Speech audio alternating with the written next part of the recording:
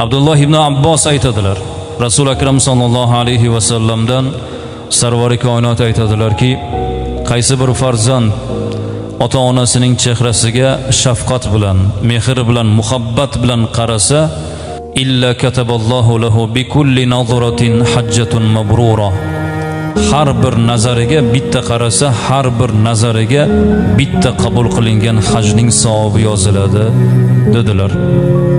Shunda sahobalar, ya Rasululloh, axir bir kunda ota-onasining chehrasiga 100 marta qaraydi-ku deganda, Rasul akram alayhissalom 100 ta hajning savobi bitiladi dedilar. Azizlar, biz nazar solganimizda shuncha ajr. Muhabbat bilan otam, onajonim deb mehr bilan yuzlariga nazar solganimizda shuncha ajr.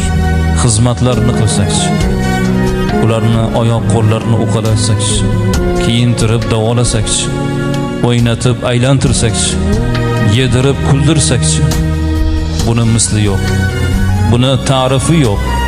Mana shu narsaga haris bo'lishimiz kerak.